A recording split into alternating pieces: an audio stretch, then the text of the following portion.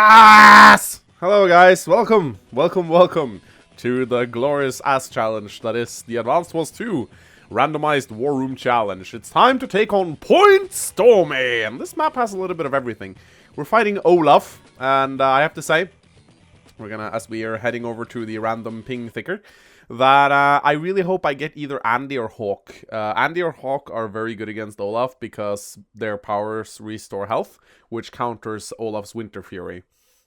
A CO that is weak against Olaf is actually Adder is really weak because if you use his power during the snow, it more often than not will actually do nothing because the extra terrain cost really just... It's kind of difficult to explain, but Adder's really weak against Olaf because you can't use side slip to actually move faster through the snow because of the way snow works. It will slow you down so much that the side slip won't really make a difference. Anyway, I'm not going to talk about counter picks. 3, 2, 1. Who will we pick? It's gonna be Nell. Okay. Ah, that's cool actually. That's a little bit of an old school matchup right there. Olaf versus Nell. Kind of reminds me of the Advanced Wars 1 tutorial. So yeah, Nell's gonna fight against her former supervisor? I'm not sure. I think Olaf used to be I think he used to be like co-leader of Orange Star when Hachi retired, and he was like leader for a little while until he left and formed Blue Moon. Now, this is why I badly want a fucking Advanced Wars retro game. I really badly want to see what went on in Orange Star that caused Olaf to leave, along with Grits. Like, it would be fucking awesome to see Nell, Max, and Grit as young people, like, as young as Andy and Sammy, fighting under Olaf, the leader of Orange Star, and, like, see the conflict that transpired that caused Blue Moon. Fuck, I want to see that so badly! Why don't they make that game? Seriously. Anyway, this is Point Stormy. We have nothing. Olaf has a bunch of airports and harbors. We pretty much have to go all the way over here to cap bases, so it's very important that we build an APC on the first turn. Very important. And Olaf will build a battlecopter pretty early. And this battlecopter will come and harass us, so we'll need to have an anti-air prepared for that.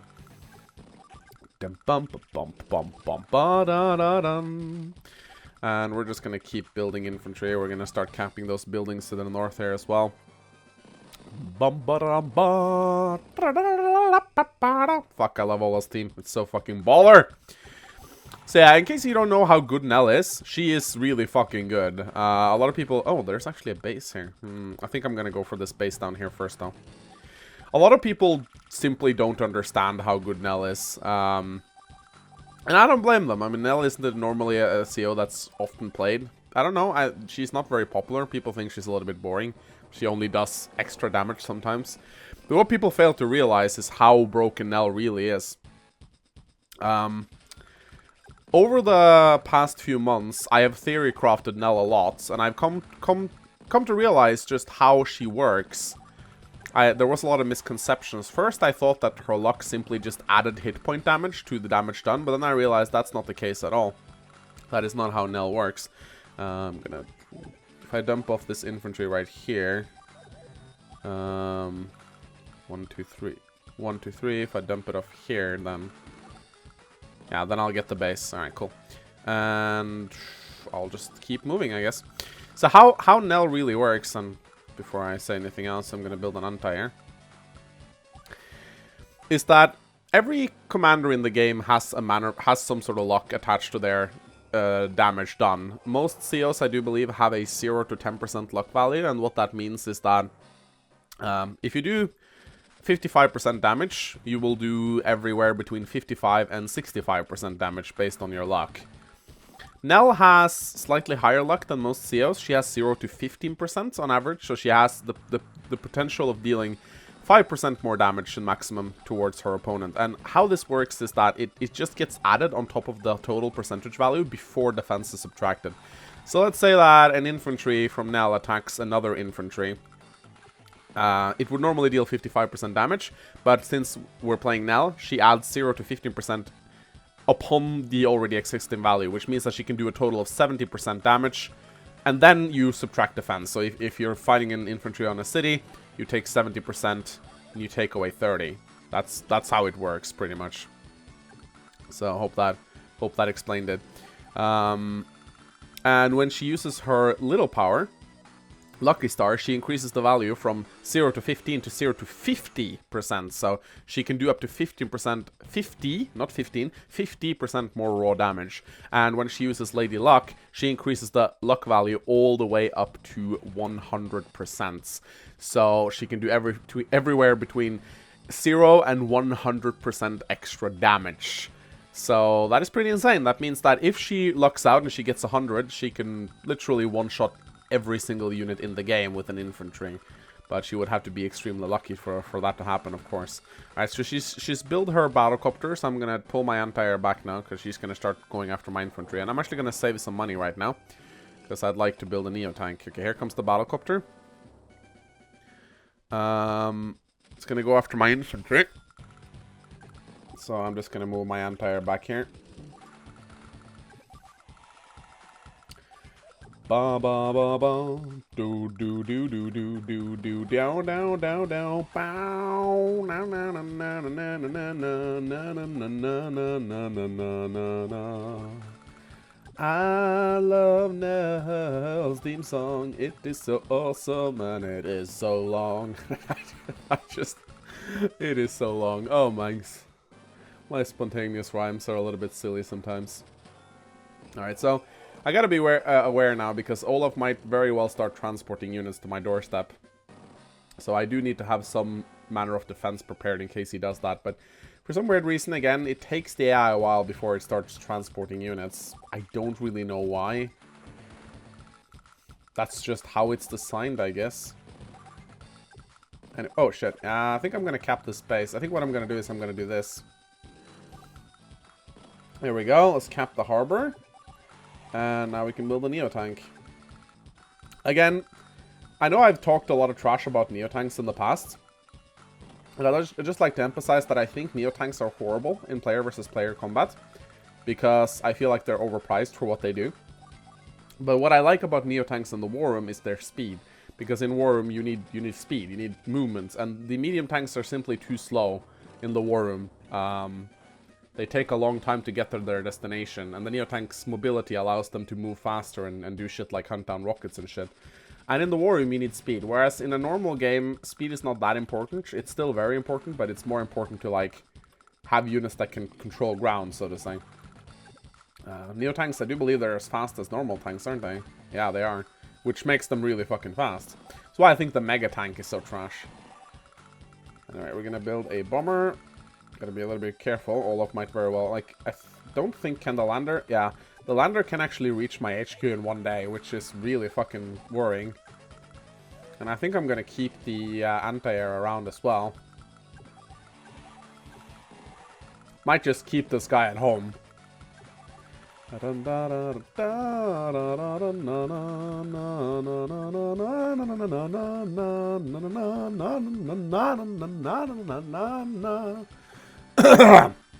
Anyway, this APC might as well just be used for refueling at this point. I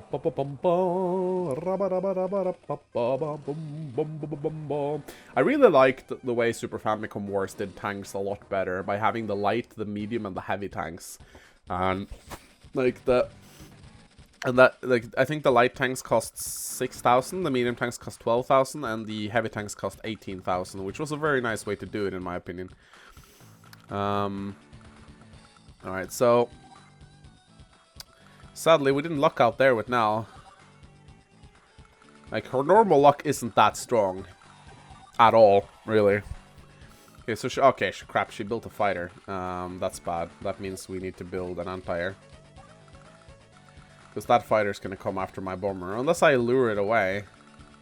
Nah, I don't have any other airports, sadly, to lure it away with. I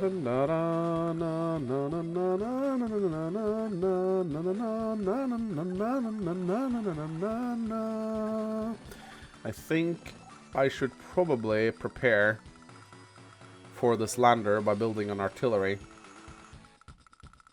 So that if he unloads over here, I can start shooting at the units immediately.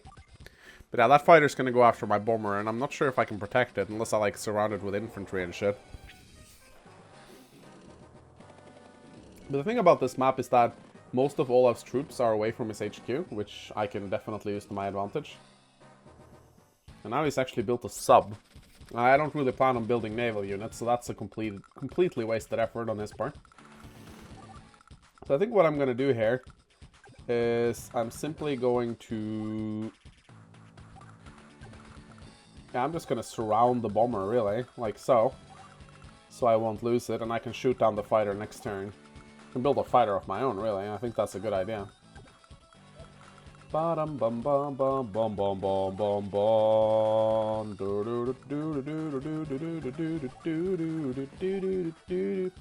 And we'll keep the artillery like so. So if he tries to transport, he'll be in for a nasty surprise.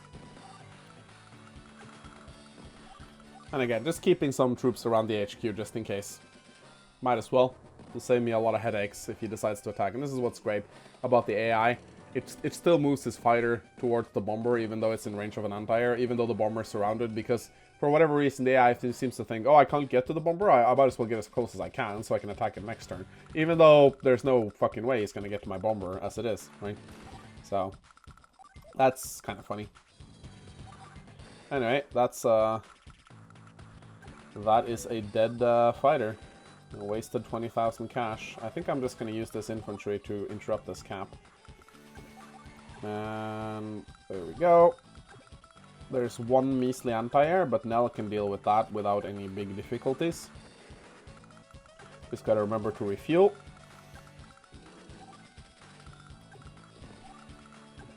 And I think we'll build another bomber. Now that we have air control, might as well.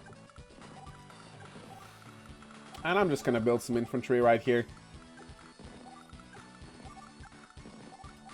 You know, that technique score and shit. Alright, we're not gonna get the blizzard, sadly. And it's actually a little bit sad. I'd hoped we would get the little power instead of the super power, because this is gonna reduce the hit points of all of our units, which is a little bit sad. So when you want to use Nell's power is essentially when you have the ability to attack with a lot of infantry, which is sort of where it shines. I think I'm actually gonna attack this anti-air, but that's going to put me in range of the rocket, so I need to make sure I can kill the rocket. And I'm pretty sure I can. I can destroy this. Oh, I don't need to be in range of the rocket, I can just do this. But then I can still destroy his rocket, though. There we go. Only did 70% damage, sadly.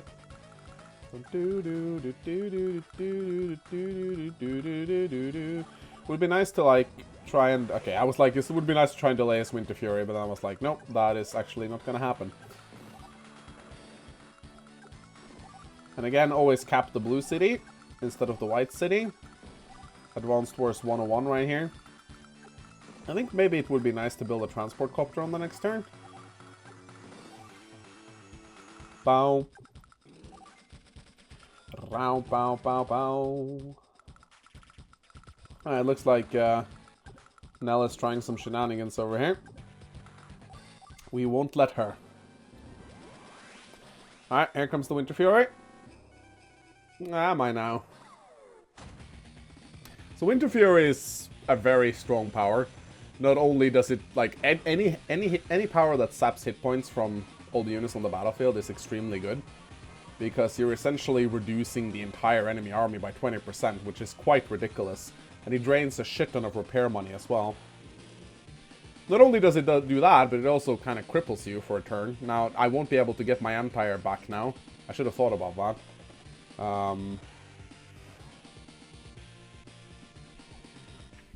So for this turn, I can't really do shit. Using my power now would be pretty silly, I think. But look at this. I have, like, no money left. And I think I'm going to shoot down the fighter, just because. And we're just going to surround this guy, build another anti-air, I think.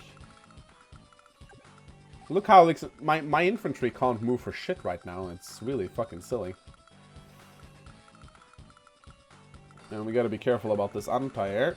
Now, look at this. My bomber can't even get out of the range of the anti-air, like, nearly. It's really fucking silly.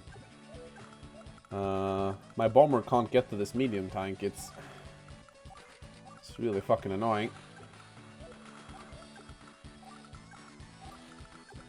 Alright, so we're just gonna combine to increase our score. We're gonna attack here, even though it's not a favorable engagement. And we need to get out of the range of this anti-air. Would be nice if our own anti-air wasn't damaged, because we kind of need that. Guess we could box the tank in. Could work. We'll likely lose this infantry next turn, but it's not a big deal. Alright, snow is finally over. Thank God. At least we'll get our superpower very soon. And then we're gonna put our infantry to work. Now, another thing that I actually forgot to mention about Nell is that luck-based damage can never exceed... Oh, crap. Can never exceed your total hit points. So, if a unit has... Like, let's see, my infantry with 2 hit points remaining can only do a total of 20% extra damage in luck. So, if you reduce a hit point of a unit, then Nell's superpower becomes much worse. So, you can't take a 1 hit point infantry and one-shot a Neotank. It doesn't work. This fighter can only do 80% extra bonus damage. This bomber can only do 80% extra bonus damage. This guy, infantry, can only do 50% extra bonus damage. So it caps out based on how much HP you're missing. So that's something that's very nice to know, because then you can at least predict a maximum damage output. Which is very nice to know. So yeah, now we're going to see the power of Nell infantry. So we're going to start by attacking her battlecopter with our infantry. See that shit? Isn't that fucking amazing? Like... fucking Nell, man. She is absolutely fucking broken. It is just fucking ridiculous to see how broken she is. Oh, is that a tank, you say? Oh, I just took... Okay, 3 hit points of it. Not that impressive, but still. Let's see if this guy... this guy only has 2 health, so he can't really do much. Okay, we need to take down the anti-air. You can probably one-shot it. Almost. Close enough. Oh, what's this? A tank? Well, no, not anymore. Your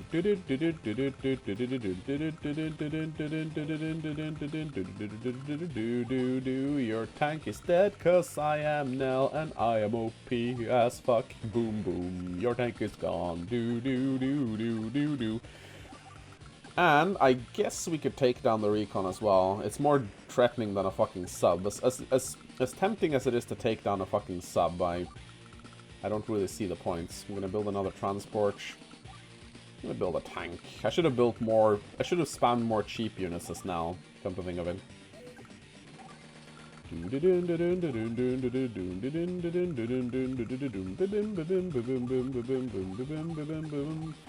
I'm just working on my technique right now. As you can see, I'm building a lot of units. Alright, no snow. That's actually good, because I'm pretty sure I'll win this... oh, crap. I'm pretty sure I'll win this fight before Olaf gets to use his superpower.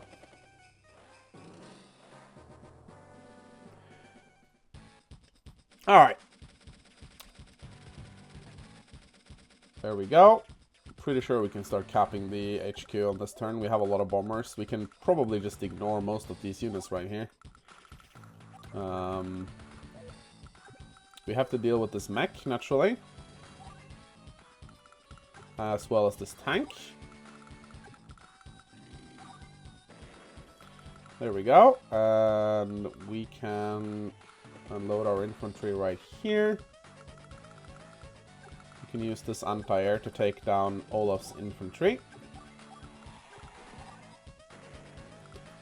This is a good example of using Nell's luck. Like, you always want to try and attack her low hit point unit with infantry, because there's a very good chance she'll be able to knock a hit point off them.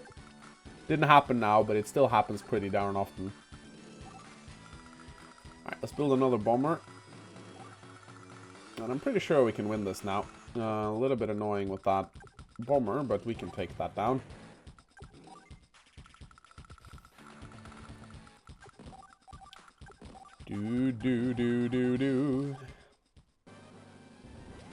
Fuck! Here comes the Winter Fury. Ah, crap! I should have checked his power meter before doing that. Doesn't matter though. Olaf will still use his Winter Fury at the end of the turn, sadly. So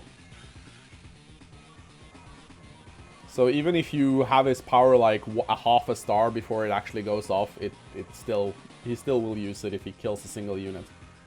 So it's really difficult. In Advanced Wars 1, the AIs refused to use their power at the end of the turn. Only Eagle did that, because he had a power that was meant to be used at the end of the turn. But that was like the only example. Alright, will he build anything? I built some medium tank. Guess that's not the worst thing he could have built. Repair money! Repairing doesn't affect your score though, so it's fine. Alright, so we can actually start capping this turn, but if we do that, we die, so let's not.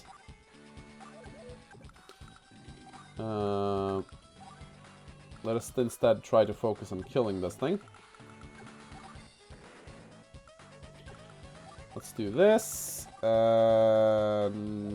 Let's just block this space. It doesn't really matter if we try to cap it this turn or the next, because we have a healthy infantry which will do it in 2 days, compared to a damaged infantry which will do it in 3 days. Now remember, you always move fast on roads, even if it's snow. So on a map with a lot of roads, Olaf is at a severe disadvantage, because he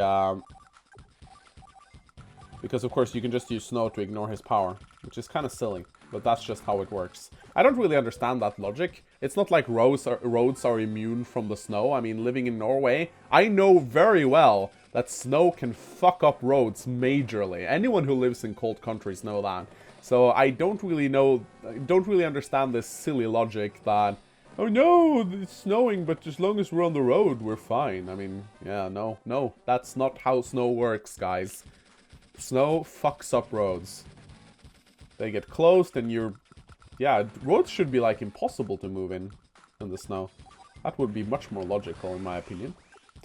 I'm gonna use my little power right now because I want to deal a little bit of extra damage. I might actually be able to destroy that mech entirely, which would be very helpful. Yeah. I got so many units, it's fine. Dun dun dun dun dun dun dun dun dun dun dun dun dun. That's a dead infantry. Alright, Cappy. Now we just need to protect it. Destroy the battlecopter so it can't interrupt us. And we'll just block the rest of the base with silly things. There we go. And now we just kill things for ranking. Don't even need to capture bases, to be quite honest. It's not really necessary at all. Look at me, guys. I'm spamming infantry. I'm so good at Advanced Wars. Nell will give me a good power ranking for this. Or technique ranking, I guess. Power ranking is just based on how many units you destroy in a single day, compared to how many enemies or how many units the enemy deploys. That's pretty much how the ranking system works. It's a little bit silly. I gotta admit, I don't think Advanced Wars did its rankings particularly well. It really doesn't make a lot of sense. Is this really how you want to reward a commander? Like, you're so good at building infantry. Good job, commander. Yeah. Bombers killing submarines because reasons. I know that that's not entirely illogical. They could certainly drop bombs at submarines. But I don't think it's happened that much over the course of history. Alright, let's try to actually destroy some units, because that's what gives us rankings. And then we'll just finish by... Oh my god, I'm running out of space for my infantry, guys. No! I have 50 units deployed! Oh, it happened. I guess that means I'm doing a good job then. Oh, I would have so liked to kill that last guy, but no. We're gonna cap it. So, let's see how we did. Ah! 294 points. A little bit low on speed. Nicely fought. See you again. Aw, yeah. Alright, so ladies and gentlemen, that was me defeating Point Stormy. Next time, it's time to take on Grit on Ridge Island. This is also a map from Super Famicom Wars, I'm pretty certain. I remember seeing it before. So yeah, that's gonna be fun. Hope you guys are looking forward to it. I certainly am. And yeah, please consider leaving a like and a comment. It does help out ever so much.